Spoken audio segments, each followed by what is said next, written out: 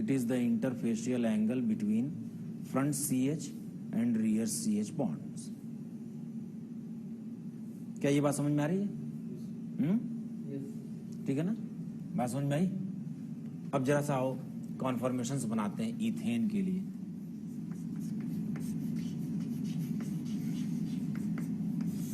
Ethane के लिए conformation बना रहा हूं, ठीक है ना।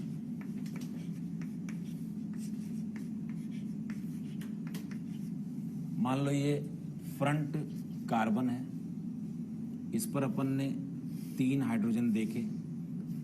दे appear to be at 120 apart, but actually they are 109, we know. तो यहां पर एक ये एक्लिप्स स्ट्रक्चर बन जाएगी। क्यों? ये फर्स्ट है, इसका नाम है एक्लिप्स्ड, राइट। अगर हम पिछले कार्बन को 60 डिग्री घुमा दें तो जो बनेगी वो स्टेगर्ड होगी। अगर हम 60 डिग्री घुमा दें, स्टेगर्ड को गॉस कहना ज्यादा सेफ होता है, क्योंकि हमें जब तक ये नहीं पता है कि हम 0 से 60 घुमा रहे हैं, तब तक हमें ये कंफर्म नहीं होगा कि यहां पर एंगल 60 डिग्री ही बनेगा। खैर, अभी फिलहाल हम इसको स्टेगर्ड बोल रहे हैं, बाद में हम लोग इसको गॉस ही बोला करेंगे, ठीक है ना। तो ये सेकंड स्ट्रक्चर बन जाएगी जिसको हम बोलेंगे स्टेगर्ड। वैसे तो इनफाइनाइट कॉन्फॉर्मेशंस पॉसिबल हैं, लेकिन हम लोग इनमें से 60 के अंतर पर देखने की कोशिश कर रहे हैं। अगर हम 120 डिग्री घुमा दें क्लॉकवाइज, किसको 120? पहली स्ट्रक्चर में पिछले कार्बन को, जो भी यहां एंगल लिखा जाएगा वो that will be applied to first structure. तो फिर से हमें एक्लिप्स मिल जाएगी। क्यों? वही वाली एक्लिप्स स्ट्रक्चर मिल जाएगी। सेम स्ट्रक्चर विल गेट, ये फिर से एक्लिप्स्ड होगी। अगर हम इसको 180 घुमाएं तो फिर से हमें वही गॉस मतलब स्टेगर्ड मिल जाएगी। क्यों बेटा? एन एक्लिप्स स्टेगर्ड 360 तक चले तो यही चलता रहेगा। क्यों 360 पर हमें फिर से वही पहली स्ट्रक्चर मिलेगी। 360 तक घुमाने के बाद कोई भी मॉलिक्यूल वैसा ही हो जाता है, ठीक है ना। बात समझ में आ रही है? ये कॉन्फॉर्मेशंस मिलेंगे। There are infinite number of conformations. एक फर्स्ट और सेकंड के बीच में इनफाइनाइट नंबर ऑफ गॉस हैं। क्यों? एंगल चेंज कर करके इनफाइनाइट। सो इसी तरीके से इनफाइनाइट नंबर ऑफ कॉन्फॉर्मेशंस हमें मिलेंगे। 360 तक घुमाने पर हम जो 6-7 स्ट्रक्चर बनाएंगे वो यही होंगे, एक्लिप्स स्टेगर्ड, ठीक है ना। तो इसकी पोटेंशियल एनर्जी का कर्व अगर देखें, या पोटेंशियल एनर्जी डायग्राम भी बोलते हैं इसको, तो अगर हम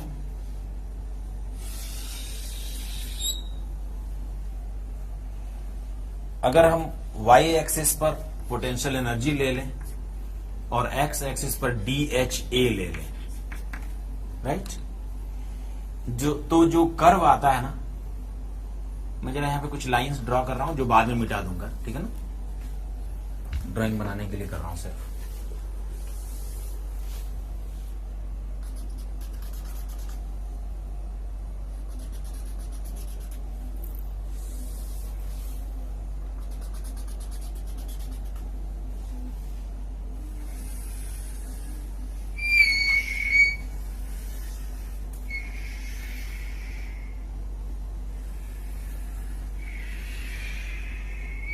ऐसा आता है, ठीक है ना। ये जो कर्व आता है, पोटेंशियल एनर्जी कर्व या पोटेंशियल एनर्जी डायग्राम, तो ऐसा होता है। E diagram is like this. 0 degree पर एनर्जी बहुत ज्यादा है, एक्लिप्स, ये एक्लिप्स स्ट्रक्चर है फर्स्ट, ठीक है ना। 60 पर एनर्जी कम है और ये स्टेगर्ड। 120 पर फिर से एनर्जी ज्यादा है, एक्लिप्स्ड। 180 पर फिर से स्टेगर्ड। 240 पर फिर से एक्लिप्स्ड। फिर 300 डिग्री पर फिर से स्टेगर्ड, और उसके बाद 360 पर फिर से एक्लिप्स्ड।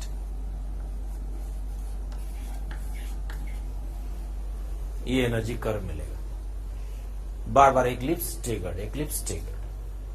Infinite number of conformations are possible.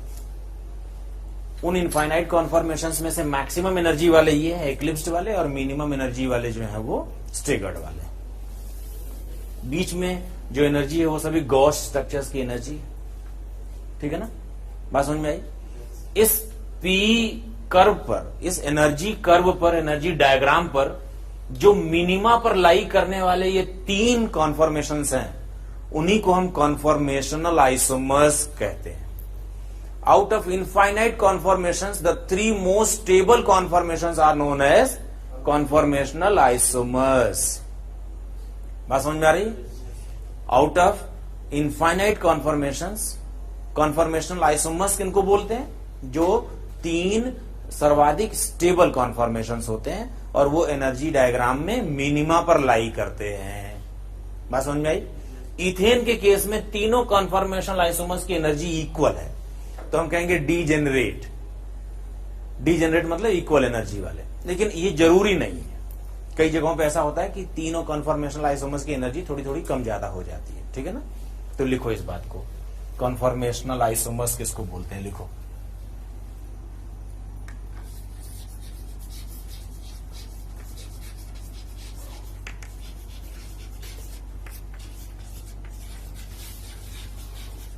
Conformational isomers. Conformational isomers को कहीं कहीं कॉन्फॉर्मर्स भी लिखा गया है।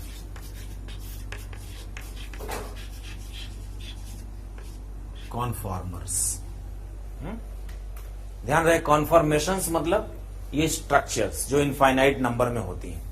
कॉन्फॉर्मेशनल आइसोमर्स क्या होते हैं? पी डायग्राम में मिनिमा पर लाई करने वाले जो कॉन्फॉर्मेशंस हैं उनको हम क्या बोलते हैं? कॉन्फॉर्मेशनल आइसोमर्स, या और दूसरा नाम क्या है?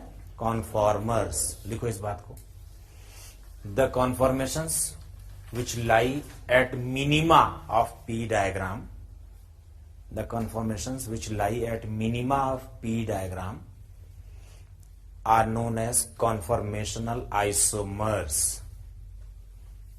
ठीक है ना, ध्यान रहे, इनफाइनाइट नंबर ऑफ कॉन्फॉर्मेशंस होते हैं सभी, which lie at minima of P diagram are known as conformational isomers or conformers। ठीक है ना, कॉन्फॉर्मेशनल आइसोमर्स भी बोलते हैं और कॉन्फॉर्मर्स भी बोलते हैं।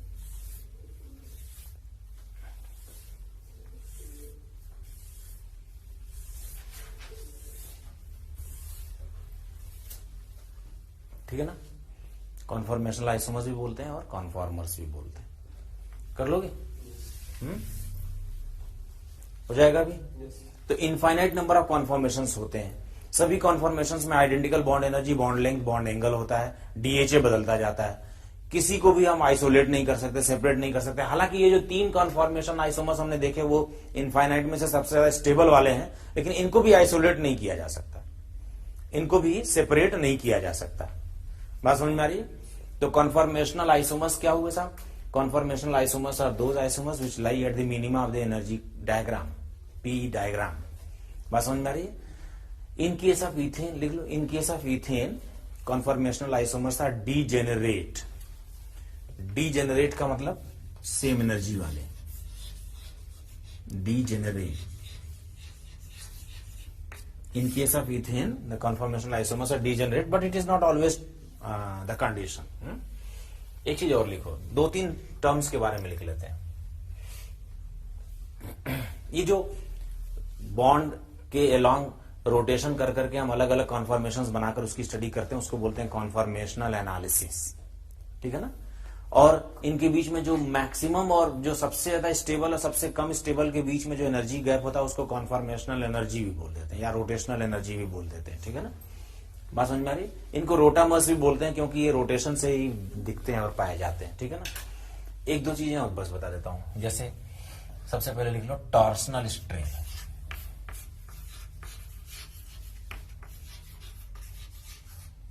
टॉर्सनल स्ट्रेन हम लोग बोला करेंगे टीएस, टॉर्सनल स्ट्रेन टीएस। क्या होता है? जब कोई प्रोजेक्शन फॉर्मूला होता है ना, तो उसमें जो नियरेस्ट बॉन्ड्स होते हैं फ्रंट और रियर फेसेस पर, उसके इलेक्ट्रॉन पेयर के बीच में जो रिपल्शन होता है उसको टॉर्सनल स्ट्रेन बोलते हैं। बात समझ में आ रही? क्लियर हुई बात? लिखो, it is the repulsion between, strain मतलब opposing forces, I mean the forces which repel each other, right, जिसकी वजह से थोड़ी बहुत अनस्टेबिलिटी आती है। लिखो, the repulsion between electron pairs of adjacent bonds, electron pairs of adjacent bonds is known as TS. The repulsion between electron pairs of adjacent bonds is known as TS. ठीक है ना? It is minimum in staggered and maximum in eclipsed. आपका क्या विचार है? Staggered में minimum और maximum होगा एक्लिप्स। स्टेगर्ड स्टेबल होता है, बॉन्ड की डिस्टेंस बढ़ जाएगी तो रिपल्शन का घट जाएगा, और जब एक्लिप्स होगा तो बॉन्ड की डिस्टेंस कम हो जाएगी तो रिपल्शन बढ़ जाएगा। बिल्कुल, it is minimum in staggered and maximum in eclipsed. Eclipse कब बनेगा? जब डीएचए 0, 120, 240 या 360 हो। और स्टेगर्ड कब बनेगा? 60, 180, 300। नहीं, किसी भी केस में स्टेगर्ड और एक्लिप्स का तो यही एंगल का तो यही होगा ना, ठीक है ना? बात समझ में? अभी और बताता हूं कुछ, पहले ये देख लो, वैंडर वाल स्ट्रेन, वैंडर वाल strain VS,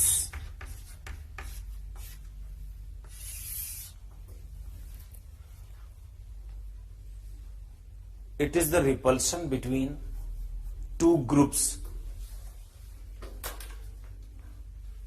present at adjacent carbons, ठीक है ना? मतलब फ्रंट फेस पर और रियर फेस पर जो ग्रुप्स हैं उनका, it is the repulsion between two groups, ठीक है ना, प्रेजेंट एट एडजेसेंट कार्बन्स, ठीक है ना? It is minimum in case of staggered and maximum in case of eclipsed. Present at adjacent carbons. Minimum in staggered and maximum in eclipsed. ठीक है ना? Hydrogen के बीच में नेग्लिजिबल होता है, ठीक है ना? लिख देना, it is negligible for between hydrogen,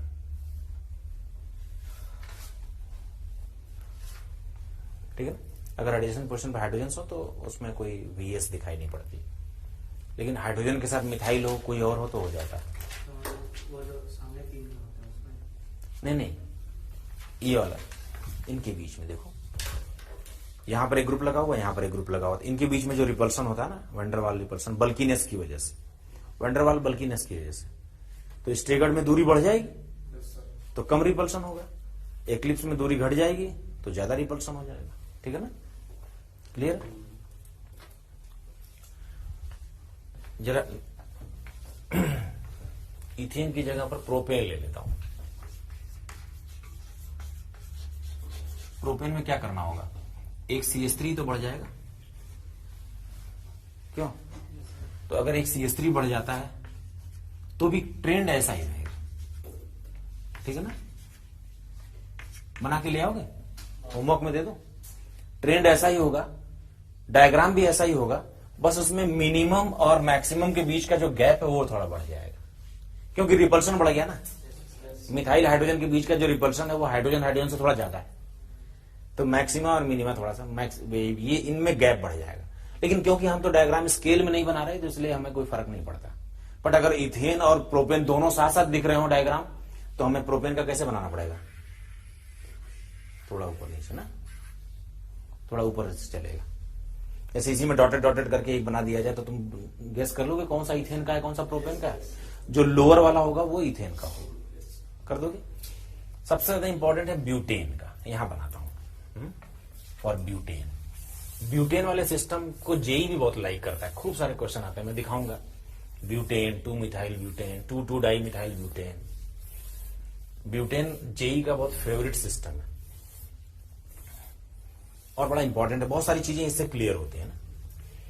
तो प्रोपेन के लिए आप जगह छोड़ दीजिए, इतनी जगह आप सारे कॉन्फर्मेशन बनाएंगे पूरा 360 तक रोटेशन करके हैं, और डायग्राम भी बनाएंगे, ठीक है ना। Now we shall go for butane. Butane is very important. देखो ब्यूटेन में और इथेन में क्या फर्क है।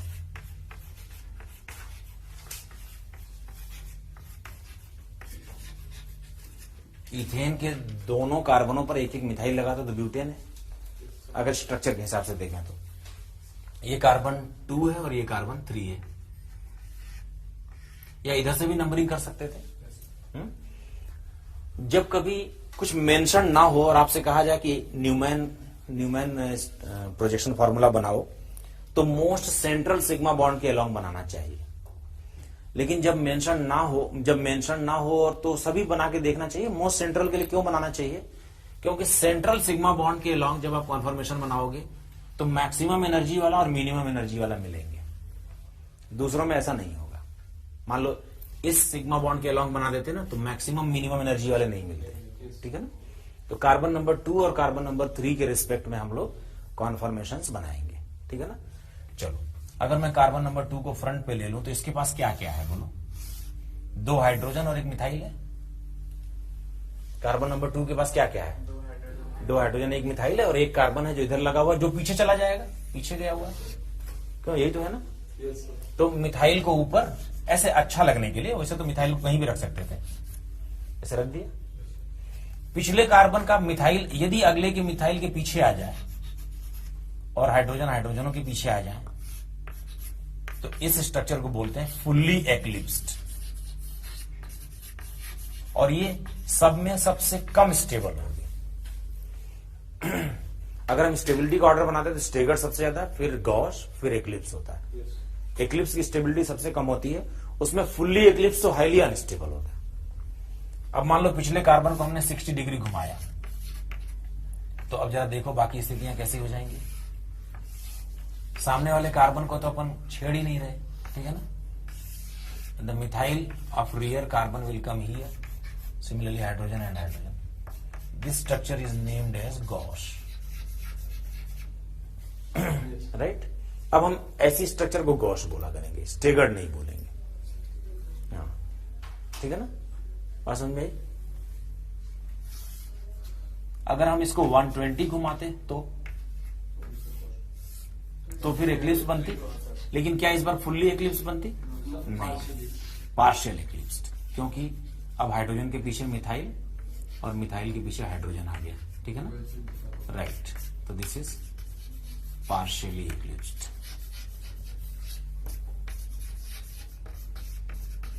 ठीक है ना। अगर हम 120 की जगह 180 घुमाते, मतलब ये एंगल हम पहले वाले पर अप्लाई कर रहे हैं बार बार। We are rotating the molecule through 180 degree, this first structure is rotated through 180। तो क्या होता बोलो? तो अगर इफेक्टिवली आपको मालूम करना है कि क्या होता, तो इसको 60 से घुमा दो, जो बिल्कुल लेटेस्ट वाला है। तो सामने वाले कार्बन पर तो कोई फर्क हमने डाला ही नहीं है, पिछले कार्बन का मिथाइल यहां आ जाएगा, क्यों बेटा। और इस पोजीशन को, इसको बोलते हैं एंटी, ये एंटी है। एंटी पोजीशन में वीएस नेग्लिजिबल होता है, यस। जरा एक एंटी बना दो इसमें, तो एक यहां से निकाल लो, एक उल्टा यहां से निकाल के नया ग्रुप लगा दो, कोई अलग कलर का लगा देना, छोड़ दो, एक एक हाइड्रोजन निकाल देना, ठीक है ना। जब तक हम लोग जरा देख लेते हैं इसको। अगर इसको 240 से घुमाते हैं, 240 से किसको घुमाते हैं? पहली वाली स्ट्रक्चर को, तो फिर से पार्शियली एक्लिप्स मिलता। हाँ, अगर आपको ये वाली स्ट्रक्चर चाहिए तो इसको 60 से घुमाकर देख लिया करो ना। ये 5वीं स्ट्रक्चर है जो कि दूसरे की जैसी है, सॉरी तीसरे की जैसी है, ठीक है ना। इसको मिटा रहा हूं बेटा,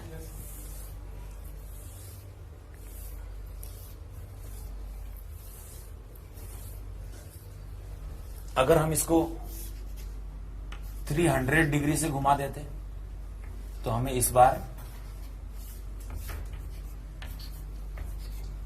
फिर से एक गॉस स्ट्रक्चर मिलती जो सेकंड स्ट्रक्चर की जैसी होती है। ये गॉस है। और अगर हम इसको 360 से घुमा देते तो जो 7th स्ट्रक्चर मिलती वो बिल्कुल वही होती जो फर्स्ट है। तो बना नहीं रहा हूं मैं इस बार। बात समझ में आई क्या? हाँ, I made mistake, this is methyl. ठीक है ना? बात समझ में आ गई? तो अगर हमने ब्यूटेन को 2,3 कार्बन नंबर 2,3 के रिस्पेक्ट में 360 घुमाया तो हमें ये 60-60 के अंतर पर ये स्ट्रक्चर्स मिल रही है। क्यों? इसमें एंटी वाला ऐसा है, देखो ये एंटी स्ट्रक्चर है, देख लो। ठीक है ना? सामने वाला मिथाइल ऊपर और पिछला वाला मिथाइल नीचे। Maximum possible distance is present in methyls and methyls and that's why there is no van der Waals strain because they are not at all repelling each other. ठीक है ना? तो ये हो गया एंटी। क्लियर है सभी को? समझ में आ रहा है? थैंक यू बेटा। सबको विजुअलाइज हो रहा है ना 3D में? ऐसा तो नहीं लग रहा कि ये कुछ गोले गोले बना रखे हैं, प्लेनर सा बना रखा है, ऐसा तो नहीं है ना? Kindly don't be under the impression. Clear हो गई बात? इसका पी डायग्राम इधर बना रहा हूं मैं, जब तक आप लोग इसको बना लें।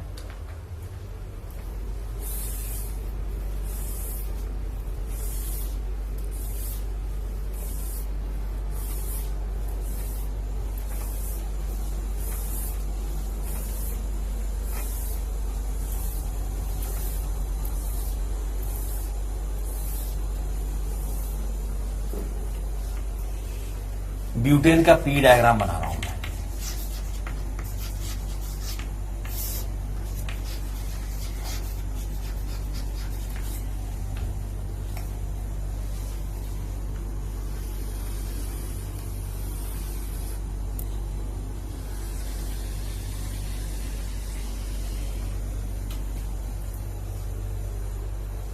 This is potential energy and here it is DHA। ठीक है ना? कुछ लाइनें बना रहा हूं जो बाद में मिटा दूंगा।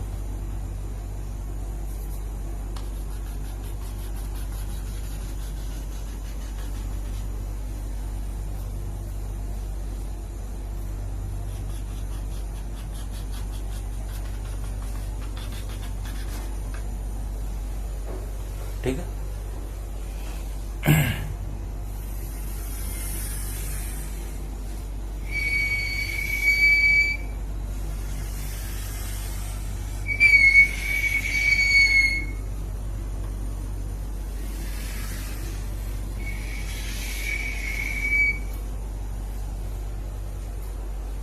ये कर्व है।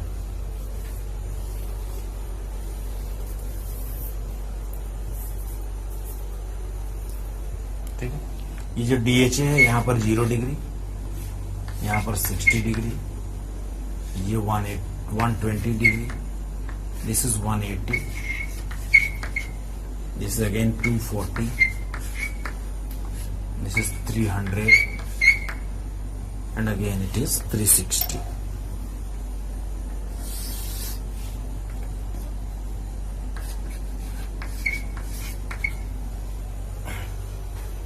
ये है फुल्ली एक्लिप्स्ड। ठीक है ना? ये है गॉस। ये पार्शली एक्लिप्स्ड है जो फुल्ली एक्लिप्स से ज्यादा स्टेबल और कम एनर्जी वाला है। You know, less the energy greater the stability, right? This is anti which is most stable. Anti सबसे ज्यादा स्टेबल है। ठीक है ना? उसके बाद फिर से ये पार्शली एक्लिप्स्ड, फिर से ये गॉस, राइट? और फिर से ये फुल्ली एक्लिप्स। 360 पर तो वही मिलेगा जो फर्स्ट पर होगा, 0 डिग्री पर होगा। ठीक है ना? ये हो गया डायग्राम। आप देखें इसमें भी इनफाइनाइट नंबर ऑफ कॉन्फॉर्मेशंस मिल रहे हैं, but out of infinite conformations there are 3 conformations which lie at the minima of the energy curve, right? And they are known as conformational isomers या कॉन्फॉर्मर्स। बात समझ में आ रही है? और क्या इस बार ये डीजेनरेट है? नहीं। ठीक है ना? तो डीजेनरेट तो ये इथेन और प्रोपेन में थे, लेकिन ब्यूटेन में नहीं होंगे।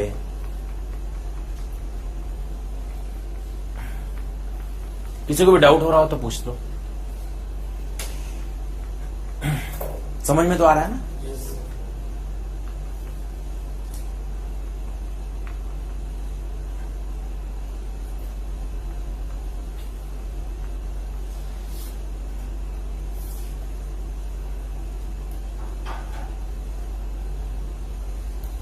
तू गलत बना रहा है, ये दोनों और ऊपर है, पहला और आखिरी वाला।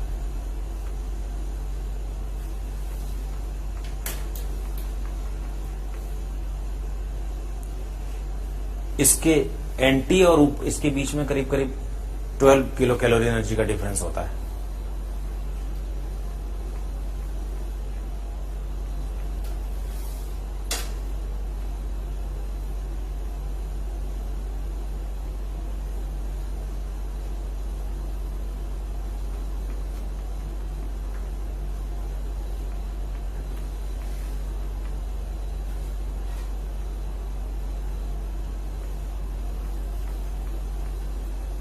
समझ में तो आ रहा है ना?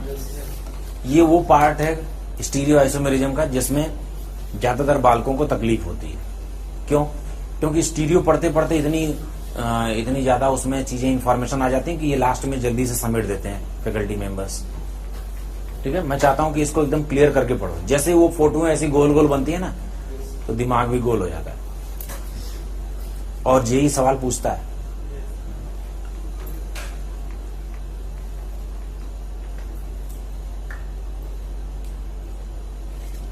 वैसा आपने गलत बना दिया, ये वाला नीचे और डीप में जा रहा है।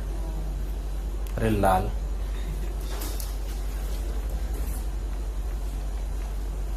लाल बोलते हैं जब बहुत प्रेम प्रदर्शन करना हो। हालांकि अतिशय प्रेम भी बड़ा घातक है। कृष्ण जो है वो वृंदावन छोड़ के भाग गए थे अत्यधिक प्रेम से डर के। क्यों? आपने सुना है ना, वो जो कहानी सुनी है ना, गोपियां और सड़क पे लेट गई थी जब वो जा रहे थे वृंदावन छोड़ के, कि मेरे ऊपर से गाड़ी लेकर जाओ अगर तुम्हें जाना है तो अत्यधिक प्रेम जो है ना, अधिक मीठा हो जाए तो बीमारी के चांसेस होते हैं। अरे 2012 में का सवाल देखिए, ये लास्ट वाला है। इसे बहुत काम करना है अभी, मतलब ऐसे नहीं, जल्दी जल्दी लिखो जरा, ठीक है ना? अब जरा देखो, ये जो इनफाइनाइट नंबर ऑफ कॉन्फर्मेशंस मिल रहे हैं, हमने हालांकि यहाँ पर केवल 6 बनाए हैं क्योंकि हमने 60-60 के अंतर पर ही बनाए हैं, but we know that infinite number of conformations are possible. समझ में आया ना तुझे? इनफाइनाइट नंबर ऑफ कॉन्फर्मेशंस में से 3 ही तो हैं जो कॉन्फर्मेशनल आइसोमर्स हैं। कौन कौन से बोलो? सेकंड, फोर्थ और सिक्स्थ। क्यों? सेकंड, फोर्थ और सिक्स्थ मैं मिटा दूं बाकी? ये जो है कॉन्फर्मेशनल आइसोमर्स तो यही है ना। किसको हम कॉन्फर्मेशनल आइसोमर्स बोलते हैं बताओ? जिसकी एनर्जी लोएस्ट होती है, ठीक है ना, स्टेबिलिटी सबसे ज्यादा होती है। इन तीनों में भी एंटी सर्वाधिक स्टेबल है। क्यों? हाँ, राइट। लेकिन फिर भी क्या इस सर्वाधिक स्टेबल एंटी को बाकी इनफाइनाइट में से सेपरेट किया जा सकता है? नो। यद्यपि ये बहुत स्टेबल है लेकिन सेपरेट नहीं किया जा सकता।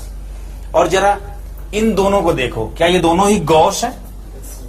देख लो, क्या दोनों ही गॉस है? ठीक है ना? ध्यान से देखो तो एक दूसरे की मिरर इमेज जैसे दिख रहे हैं। तो कुछ लोग बोलते हैं कि इस तरह से देखें तो ये दोनों एक दूसरे के इनैंशियोमर्स हैं, लेकिन वो सब मतलब वो भ्रम में। कॉन्फर्मेशनल इनैंशियोमर्स का मतलब आइडेंटिकल। ध्यान रखना, इसको कोई कुछ लेखक इसको लिखते हैं कि ये दोनों कॉन्फर्मेशनल इनैंशियोमर्स हैं, लेकिन जैसे ही कॉन्फर्मेशनल शब्द आ गया समझो आइडेंटिकल है। आइडेंटिकल यानी कॉन्फर्मेशनल होने के बाद आगे कुछ भी लिखा हो वो सब धोखा देने के लिए लिखा जाता है। क्यों? आइडेंटिकल हो गया तो उसमें इनैंशियोमेरिज्म या रेस्टोमेरिज्म का कोई मतलब ही नहीं है, ठीक है ना, लेकिन वो लिख देते हैं कई बार कॉन्फर्मेशनल इनैंशियोमर्स, ठीक है ना। अगर ध्यान से देखो तो किसी भी स्ट्रक्चर के लिए ये 2 ही तो कॉन्फर्मेशनल आइसोमर्स पॉसिबल हो रहा है। देख लो, एक गॉस और एक एंटी, ठीक है। 2 गॉस थे लेकिन स्टेबिलिटी तो एंटी की ज्यादा है ना। बात समझ रहे हो क्या? गॉस 2 थे लेकिन स्टेबिलिटी किसकी ज्यादा है? एंटी की ज्यादा है। Although anti is more stable but it can not be separated. हाँ, ये जरूर है कि जहां ब्यूटेन कहीं पर भी स्टोर करके रखा जाएगा तो उसका मेजर पॉपुलेशन एंटी के रूप में होगा और उसका माइनर पॉपुलेशन गॉस के रूप में होगा, बाकी नहीं एग्जिस्ट करेंगे। बात समझ में आ रही है? क्लियर हो रही बात? अगर मान लो आपसे कहा जाए कि कोई एक स्ट्रक्चर है, उसके कॉन्फॉर्मेशनल आइसोमर्स बनाओ, तो आपको क्या बनाना है? गॉस और एंटी। दो गॉस बनते हैं, एक एंटी बनता है। नहीं समझ रहे मेरी बात? अगर मान लो आपसे कहा जाए भाई इनके कॉन्फॉर्मेशनल आइसोमर्स बनाओ, चलो मैं बोलता हूं।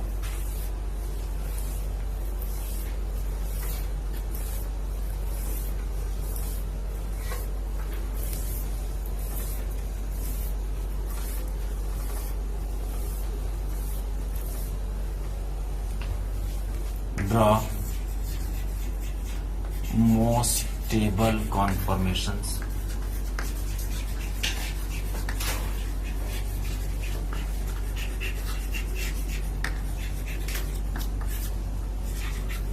or conformational isomers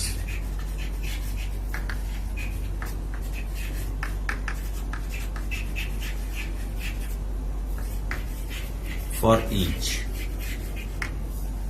ये ड्रॉ करना है आपको, राइट? पहला CH2F CH2F,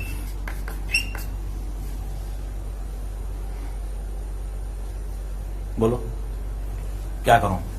किसी एक कार्बन को फ्रंट पे ले लेता हूं, दोनों ही कार्बनों के पास एक F और दो H है। क्यों? अगर स्टेबल बनाना है तो मतलब कौन सा बनाना है बोलो?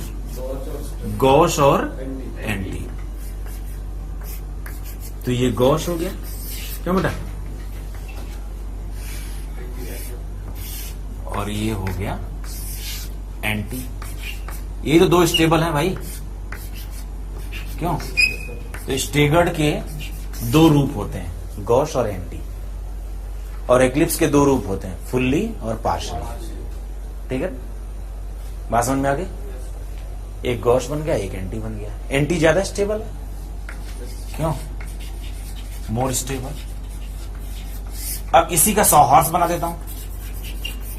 ये तो न्यूमैन बनाया ना आपने, सॉहॉर्स कैसे बनाओगे बोलो? जैसे पहले एंटी वाले का बनाता हूं। देखो यही तो है ना बेटा, देखो, सॉरी, यही तो है ना, ये एंटी। देखो ये ना एंटी, एक एफ ऊपर है एक एफ नीचे, ये एंटी कॉन्फॉर्मेशन है। अगर इस मॉलिक्यूल को जो ऐसे दिख रहा है आपके सामने, इसको ऐसे घुमा दिया जाए ऐसे, तो सॉहॉर्स बन जाएगा। कार्बन कार्बन की लाइन को ऐसे बनाना और इसको वर्टिकली अप, और ये दोनों 120 पर, इसी तरह ये वर्टिकली डाउन। ठीक है ना? मैं बनाता हूं कैसे। इस कार्बन और इस कार्बन की लाइन को घुमा दो, घुमा दिया। सामने वाले कार्बन पर क्या है? वर्टिकली अप साइड में F है और 120 पर दो H है। ठीक है ना? पिछले कार्बन पर वर्टिकली डाउन साइड में F है और 120 पर दो हाइड्रोजन है। ये हो गया एंटी वाला सॉहॉर्स। हाँ, सॉहॉर्स उन्होंने बना के दिया था। इसी तरीके से इसमें देख लो, सामने वाले कार्बन पर वर्टिकली F है और 120 पर H और H है। ठीक है ना? और पिछले कार्बन पर वर्टिकली डाउनवर्ड में H है और बाकी 120 पर F और H है। तो ये गॉस हो गया। ठीक है ना? हाँ, लेकिन मैं आपसे कह रहा हूं कि सॉहॉर्स को भी न्यूमैन में तुरंत बदल लेना चाहिए। सॉहॉर्स और न्यूमैन में एक्चुअली कोई अंतर नहीं है। सॉहॉर्स और न्यूमैन में एक्चुअली कोई अंतर नहीं है। क्या कहते हो? हाँ, बस भाई ये न्यूमैन को आप ऐसे सामने से देख रहे हो, सॉहॉर्स को साइड से देख रहे हो। अगर मान लो ये इसको कहा जाए कि न्यूमैन में बदलो, तो तुम सीधा कर देना, इस वाले कार्बन को फ्रंट पे कर देना, इस वाले कार्बन को रियर पे कर देना। उल्टा भी कर सकते हो। पूरे न्यूमैन फॉर्मूले को अगर ऐसे बदल दे, जरा देखो मेरी ओर देखो, इसको अगर ऐसे पलट दे तो कोई फर्क पड़ना है क्या? कोई ऐसे भी बना सकता है, पिछले वाले कार्बन को सामने और सामने वाले कार्बन को पीछे रख के। क्यों? सॉहॉर्स की कोई स्पेशलिटी मतलब बस आपका व्यू पॉइंट बदल गया है बस। हाँ, लेकिन इस स्ट्रक्चर को देकर सवाल पूछे जाते हैं ना, सवाल पूछे जाएंगे इस तरह। जेई में पूछा गया है, 2012 में ही पूछा गया है।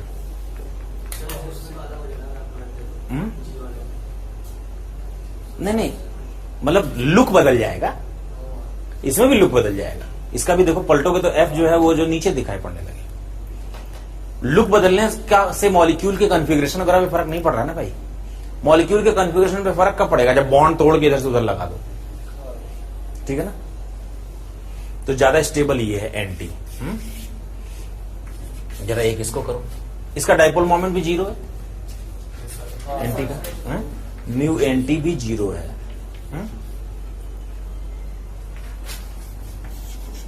इसी तरह CH2Cl CH2Cl आप बना लोगे, जैसे मैंने बनाया वैसे बना दोगे? वो होमवर्क में रहेगा, थोड़ी जगह छोड़ देना, बाद में करना। हाँ बेटा, हाँ बस F की जगह Cl लगा देना। Right right right. और उसमें भी म्यू एंटी 0 होगा और उसमें एंटी वाला ही स्टेबल भी होगा, ठीक है ना।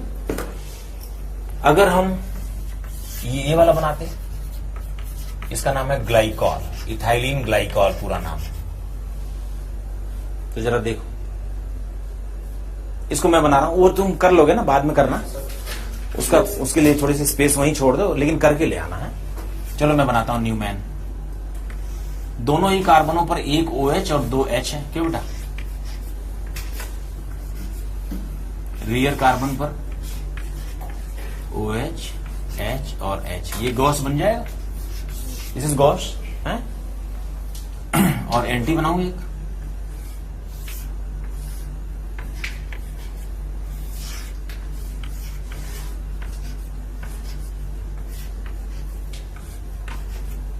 ये एंटी, ठीक है ना। इस बार गॉस में हाइड्रोजन बॉन्डिंग भी होगी, देख लो। H बॉन्ड बन रहा है कि नहीं बन रहा है? जब हाइड्रोजन बॉन्डिंग हो जाती है तो ये ज्यादा स्टेबल हो जाता है gauche, more stable due to hydrogen bonding. ध्यान रखना, एंटी हमेशा ही ज्यादा स्टेबल नहीं होता। Anti is more stable in case when hydrogen bonding not possible, but in case when hydrogen bonding is possible then gauche will be more stable. आपको क्या लग रहा है, म्यू एंटी 0 होगा? नहीं। इसका पहले तुम सौहार्स बनाओ, फिर मैं बताता हूं। सौहार्स बनाओ, यहां पर OH वर्टिकली अप और 2 हाइड्रोजन ऐसे 120 पर। यहां पर OH, यहां पर H वर्टिकली डाउन और OH और H जो है ये 120 पर।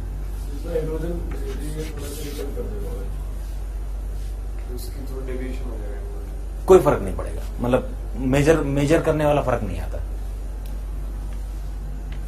इसमें क्या होगा, OH वर्टिकली अप और यहां पर OH वर्टिकली डाउन। ये एंटी सौहार्स, ठीक है ना। जो आप इसके डाइपोल मोमेंट को 0 बोल रहे थे ना, वो बताता हूं।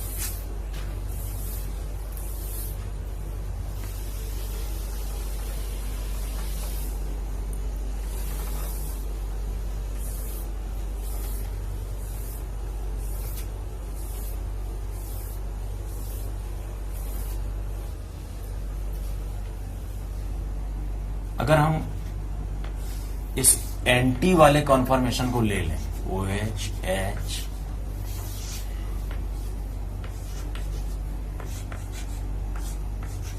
so this structure is basically the combination of 2 structures.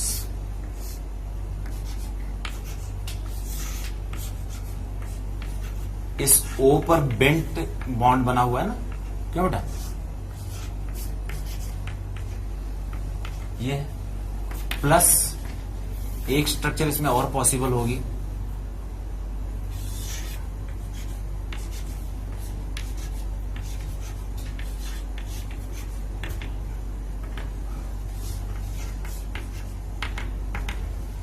देखो क्यों? भाई OH कोई लीनियर ग्रुप तो है नहीं, तो OH, दोनों OH एक दूसरे से अपोजिट हो सकते हैं, तो म्यू 0 होगा। लेकिन दोनों OH एक दूसरे से अपोजिट नहीं भी हो सकते, ठीक है ना। तो नेट म्यू क्या होगा बोलो, नेट म्यू जीरो या नॉन जीरो?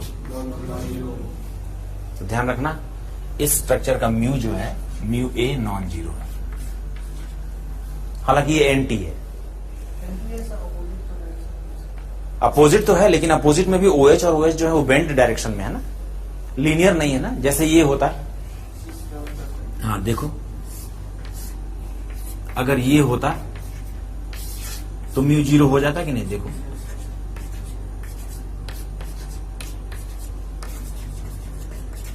क्यों, साइनाइड का म्यू एंटी जीरो होता कि नहीं होता? बोलो क्यों? क्योंकि वो लीनियर है, तो उसका जो डाइपोल मोमेंट है वो एक दूसरे से इक्वल और अपोजिट डायरेक्शन में हो जाएगा। बट OH के लिए तो ऐसा नहीं है ना। OH is the combination of two structures, one is having mu zero and one is having mu non zero, right? ठीक है।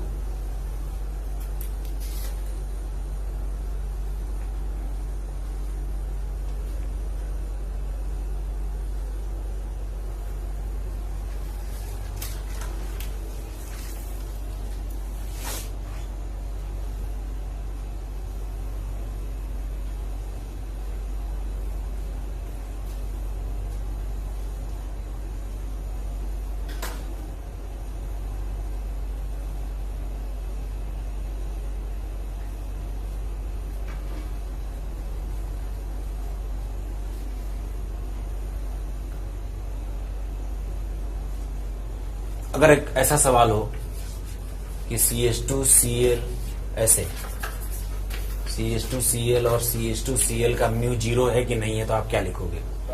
Not zero. क्यों? क्योंकि इसमें दो स्ट्रक्चर्स हैं, एक गॉस और एक एंटी। एंटी का जीरो है लेकिन गॉस का जीरो नहीं है। अगर वो एंटी बना के दें तो आप लिख देना जीरो, लेकिन अगर उन्होंने कुछ नहीं बनाया तो इसका मतलब इसमें दो पॉसिबिलिटीज है। It is the combination of two structures, two conformations, ठीक है ना। मेरे ख्याल से आज कुछ ऐसी बातें हो गई हैं कि दिमाग में बैठने लगा है आपके। क्यों साहब, थोड़ा सा दिमाग में चीजें बैठ रही हैं कि नहीं बैठ रही हैं? कॉन्फॉर्मेशनल आइसोमर्स क्या होते हैं? पोटेंशियल एनर्जी पर जो मिनिमा पर लाई करने वाले जो ग्रुप्स होते हैं वो, ठीक है ना। पोटेंशियल एनर्जी कर्व में मिनिमा पर लाई करने वाले जो कॉन्फॉर्मेशंस होते हैं उनको कॉन्फॉर्मेशनल आइसोमर्स बोलते हैं। और ये बहुत स्टेबल होते हैं, लेकिन फिर भी इनको हम इनफाइनाइट कॉन्फॉर्मेशंस में से सेपरेट नहीं कर सकते, although they are very stable, ठीक है ना। They can be degenerate, they can be non degenerate. बात समझ में? उनकी एनर्जी इक्वल भी हो सकती है और नॉन इक्वल भी हो सकती है। जैसे ब्यूटेन में इक्वल नहीं होती है और इथेन प्रोपेन में इक्वल होती है। बात समझ में आ रही है? कर लोगे अभी? वो तो पी डायग्राम बनाते ही पता लग जाएगा। देखो जैसे ब्यूटेन के केस में, इन केस ऑफ ब्यूटेन जो स्टेबिलिटी ऑर्डर है, एक चीज यहां पर लिख लो, तुम ब्यूटेन के पास ही जाके लिख लेना। इन केस ऑफ ब्यूटेन, ब्यूटेन के जो कॉन्फॉर्मेशंस बनाए ना वहां लिख लेना। स्टेबिलिटी ऑर्डर अगर देखें, सबसे ज्यादा स्टेबल कौन सा है? एंटी, ठीक है ना। फिर कौन सा है? गॉस, फिर पार्शियली इक्लिप्स्ड। डायग्राम से भी पता लग रहा है, ठीक है ना। उसके बाद फिर कौन सा है बेटा? फुल्ली।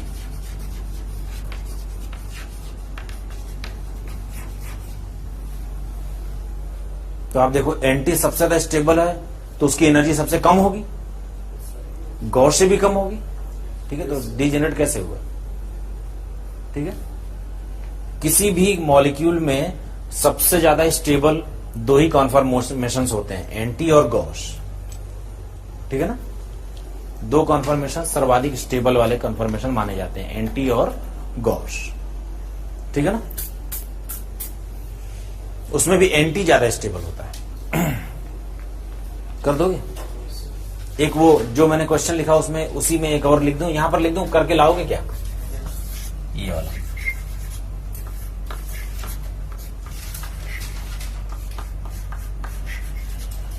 ये भी करके ले आना, स्टेबल कॉन्फॉर्मेशंस बनाना, और उसमें ये भी लिखना कि कौन ज्यादा स्टेबल है, कौन होगा बोलो, गॉस या एंटी? गॉस हाइड्रोजन बॉन्डिंग हो जाएगी ना, नाइट्रोजन के हाइड्रोजन और फ्लोरीन के बीच में हाइड्रोजन बॉन्डिंग हो जाएगी। ठीक है, आज का लेक्चर यहीं रोक दें।